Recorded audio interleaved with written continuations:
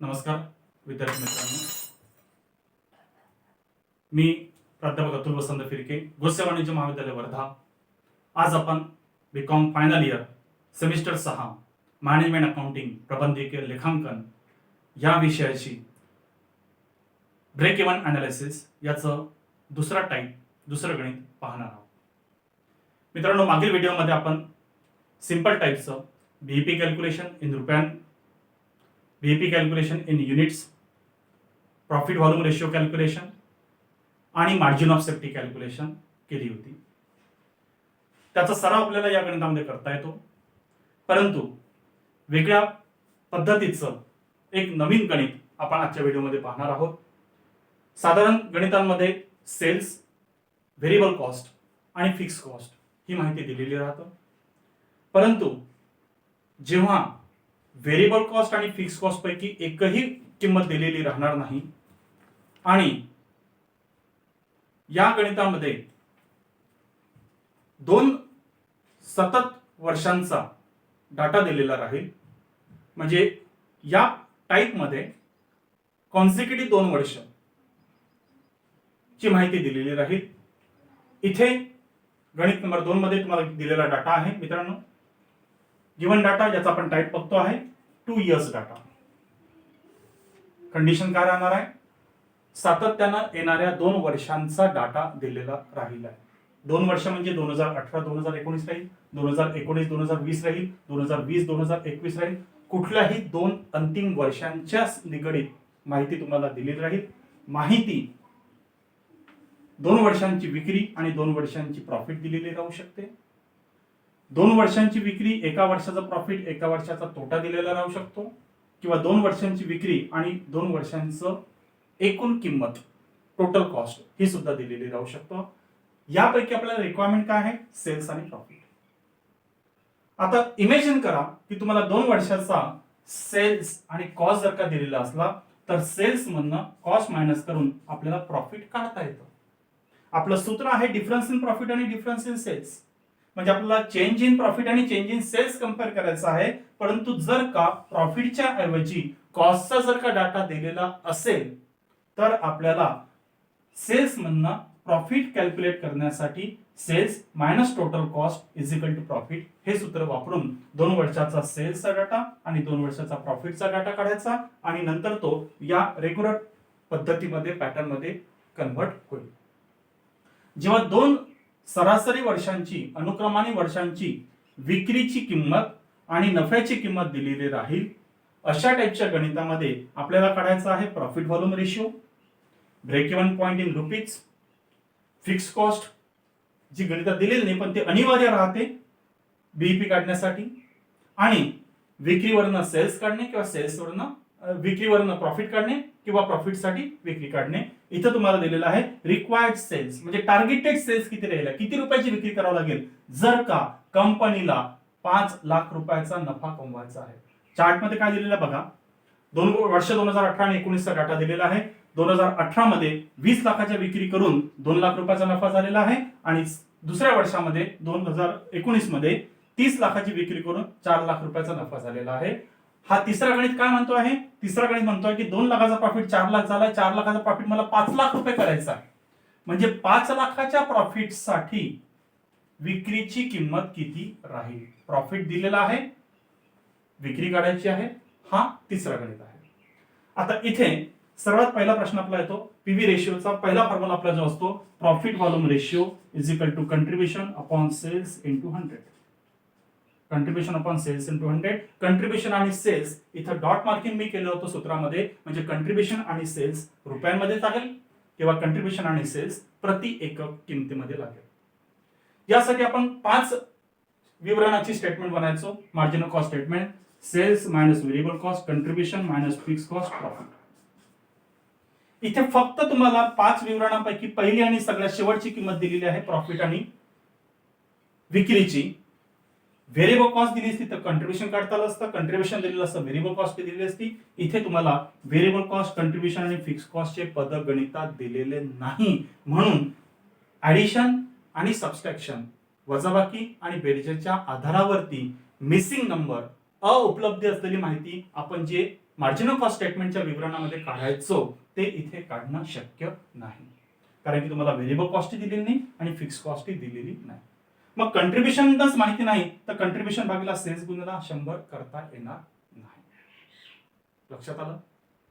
दुसरा फॉर्म्युला आपला जो पीव्ही रेशोचा होता प्रॉफिट आणि मार्जिन ऑफ सेफ्टीच्या रिलेशनशिपनी, इथे प्रॉफिट दिलेला आहे पण मार्जिन ऑफ सेफ्टीची रक्कम दिलेली नाही. जर का प्रॉफिट आणि मार्जिन ऑफ सेफ्टी दिलेली असलं तरी आपल्याला पीव्ही रेशो काढता आला असता.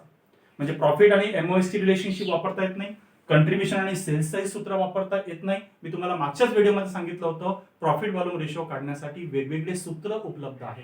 ज्या प्रकारची माहिती दिलेली आहे त्या प्रकारचं सूत्र वापरायचं आहे. म्हणजे पीव्ही रेशो काढायचा आहे, पहिलं सूत्र कामी पडणार नाही, एमओएस आणि प्रॉफिटचं सूत्र कामी पडणार नाही. मग कामी कोणतं पडणार आहे? जेव्हा 2 वर्षाचा सातत्यानं 2 वर्षाचा डाटा दिलेला राहिला आहे तेव्हा पीव्ही रेशो काढण्यासाठी नवं सूत्र आपण आजच्या व्हिडिओमध्ये लर्न करत आहोत, शिकत आहोत. नवीन सूत्र काय आहे लक्षात ठेवायचं आहे. Profit volume ratio is equal to difference in profit divided by difference in sales गुणिले 100.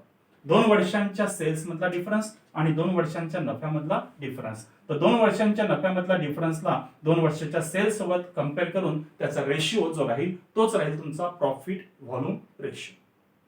कम्पेअर करूया डिफरन्स इन प्रॉफिट म्हणजे 2 वर्षाच्या प्रॉफिट मधील तफावत, फरक काढायचा आपल्याला. 2 लाखातनं 4 लाख रुपये म्हणजे 2 लाखापासून 4 लाख रुपयाचं अंतर किती रुपयांचं आहे? तर 4 लाख वजा 2 लाख अंतर किती रुपयाचं आहे? 2 lakh. Divided by difference in sales, sales मधला फरक किती रुपयाचा आहे? तर 30 लाखातनं 20 लाख रुपये वजा करून त्यांचा फरक किती रुपयांचा आहे? 10 लाखाचा. म्हणून सूत्रामध्ये आपण किंमत वापरतोय प्रॉफिट मधला फरक 2 लाख रुपये, सेल्स मधला फरक 10 लाख रुपये. मग सूत्राचा वापर करायचा आहे change in profit divided by change in sales गुणिले 100. प्रॉफिट मधला फरक 2 लाख रुपये भागिला सेल्स मधला फरक 10 लाख रुपये यांचं प्रमाण म्हणजे 2 लाख भागिला 10 लाख गुणिले 100 केलं तर सूत्रानुसार त्याचा रेशिओ आलेला आहे पीव्ही रेशिओ 20%, 20%. मित्रांनो 20% म्हणजेच काय आहे? 20 भागिला 100.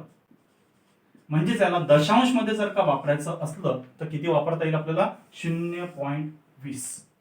काही सूत्रांमध्ये पीव्हीआर जर का वापरायचा असला तर सूत्रामध्ये पीव्हीआर वापरत असताना 20 भागिला 100 आहे म्हणजे भागिला 20 देऊन गुणिले 100 करायचं, किंवा त्याचं सरळ सोपी रूप आहे त्या 20%ला दशांश मध्ये वापरायचं आहे, डेसिमल मध्ये वापरायचं आहे. डेसिमल मध्ये कसं वापरायचं आहे? तर कॅल्क्युलेटर वरती 20 भागिला 100 करायचा आहे 0.20 येणार. तो 30% असला तर 30 भागिला 100 0.30. तो 40% असला तर 40 भागिला 100 0.40. त्यानंतर दुसरा कॅल्क्युलेशन आपल्याला करायचा आहे ब्रेक इव्हन पॉइंट.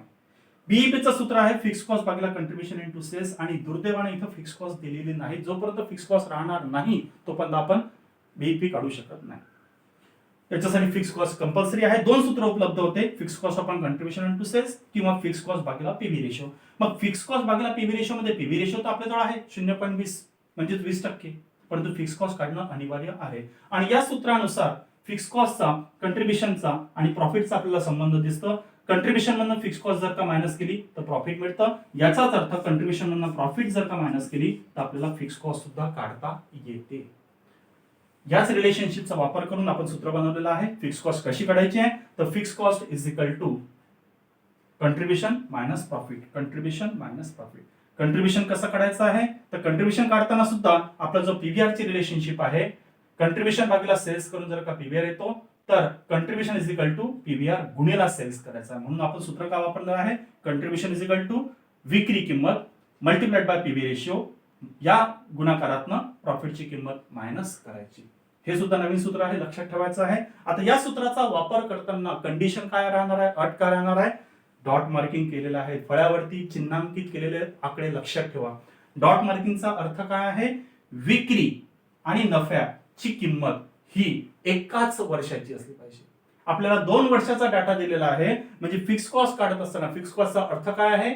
स्थिर राहणारी किंमत, क्षमतेपर्यंत स्थिर राहणारी किंमत. 2018 2019 2020 पर्यंत जोपर्यंत क्षमता वाढणार नाही तोपर्यंत फिक्स कॉस्टची किंमत वाढणार नाही. म्हणजे 18 करता 19 करता 20 करता फिक्स कॉस्टची किंमत फिक्सच राहणार आहे, स्थिरच राहणार आहे. परंतु ती स्थिर आकारणी काढण्यासाठी विक्रीची किंमत आणि नफ्याची किंमत ह्या दोन्ही किंमता एकाच वर्षाच्या असल्या पाहिजे. म्हणजे 18चा नफा वापरला तर 18चीच विक्री यूज करायची. असं नाही करायचं आहे की नफ्याची किंमत 2018 घेतली परंतु विक्रीची किंमत 2019 घेतली तर आलेलं उत्तर चुकीचं राहणार. दोन्ही किंमता 18च्या घ्या, फिक्स कॉस्ट सारखीच राहील, किंवा दोन्ही किंमता 2019च्या घ्या, फिक्स कॉस्ट सारखीच राहणार. मी समजण्यासाठी या कॅल्क्युलेशन मध्ये दोन्हीही किंमता ह्या 2018 वर्षाच्या वापरून करत आहोत. त्याचं माझं फिक्स कॉस्ट उत्तर आलेला 2 लाख रुपये. तुम्ही हा व्हिडिओ झाल्यानंतर गृहपाठ म्हणून, होमवर्क म्हणून ह्या दोन्ही रकमा 2019च्या वापरून बघा. या सूत्रामध्ये तुमचं येणारं स्थिर कॉस्ट, फिक्स कॉस्टची किंमत सारखी राहणार. सूत्र काय होतं? कंट्रीब्युशन काढत असताना विक्री गुणिला पीव्ही रेशो. विक्री कोणती वापरायची आहे? 2018ची. 2018ची विक्री किती आहे? 20 लाख रुपये. मग 20 लाख रुपयाच्या 20% 20%. 20% किती राहणार? तर 20 लाखाच्या 20% कॅल्क्युलेटरवरती केलेलं असतं तर किती येते? 4 लाख रुपये. मग 4 लाख रुपयाच्या कंट्रीब्युशन मधनं त्याच वर्षाचा नफा मायनस करायचा. कोणत्या वर्षाचा? ज्या वर्षाची आपण विक्री घेतली होती. 18 ची विक्री किती होती?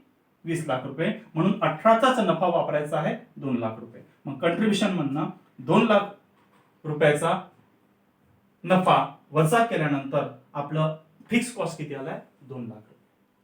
हीच फिक्स कॉस्टची किंमत तुम्ही 2018च्या ऐवजी 2019ची जरी वापरली तरी तुमची येणारी किंमत सारखी राहणार. आता फिक्स कॉस्ट मिळाली 2 लाख रुपये. फिक्स कॉस्टचा उपयोग करून या सूत्राने किंवा या सूत्राने आपल्याला बीईपी काढता येतं.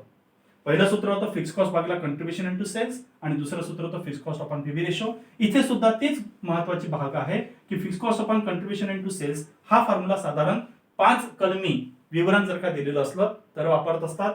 अशा ठिकाणी आपल्याला पुन्हा कंट्रीब्युशन काढावं लागेल आणि पुन्हा सेल्स काढावं लागेल. याच्यासाठी कंट्रीब्युशन आणि सेल्स हे दोन्ही एकाच वर्षाचे वापरायचे असतात.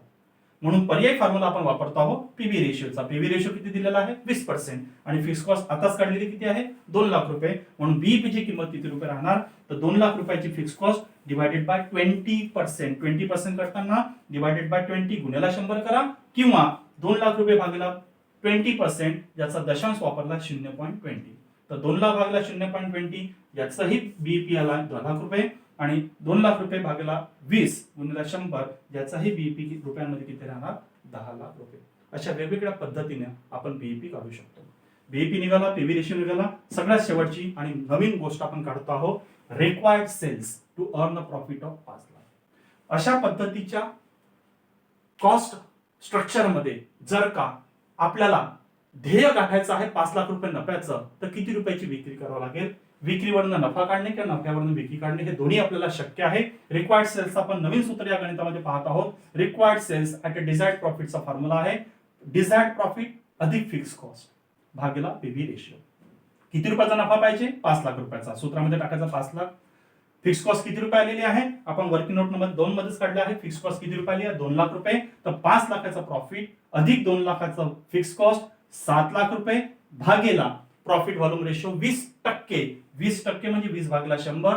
म्हणजे सूत्रामध्ये भागाकार करताना 20 भागीला 100 करायचं असलं तर भाग 20 ने द्यावा लागेल, गुणाकार 100 ने करावा लागेल. पण गुणिला 100 करण्यासाठी तुम्ही विसरू शकता. म्हणून माझ्याकडनं तुम्हाला असं रिकमेंडेशन राहील की जेव्हा केव्हा पीव्ही रेशिओने भाग द्यायचा आहे, पीव्ही रेशिओला दशांश मध्ये वापरा. डेसिमल किती राहणार? 20 भागीला 100. कॅल्क्युलेटरचं उत्तर 0.20. मग 0.20 ने जर का आपण भाग दिला, 5 अधिक 2 7 लाख रुपये भागीला 0.20. कॅल्क्युलेटरवरती भागाकार केल्यानंतर त्याचं उत्तर येत आहे 35 लाख रुपये. म्हणजे 5 लाख रुपयाची मिळकत प्राप्त होण्यासाठी 35 लाख रुपयाची विक्री आपल्याला करावं लागेल.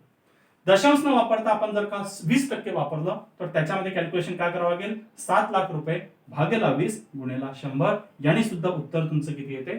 35 लाख रुपये. या पद्धतीने सातत्यानं 2 वर्षाच्या डाटाचं गणित आपण सॉल्व्ह करू शकतो. पुढच्या व्हिडिओमध्ये आपण पाहणार जर का प्रॉफिट न देता एका वर्षाला प्रॉफिट आणि एका वर्षाला तोटा असला तर कसं करायचं, आणि प्रॉफिटच्या ऐवजी जर का दोन्ही वर्षाचा कॉस्ट जर का दिलेला असलं तर कॅल्क्युलेशन कसं करायचं याचा सराव पुढील व्हिडिओमध्ये आपण पाहणार. धन्यवाद.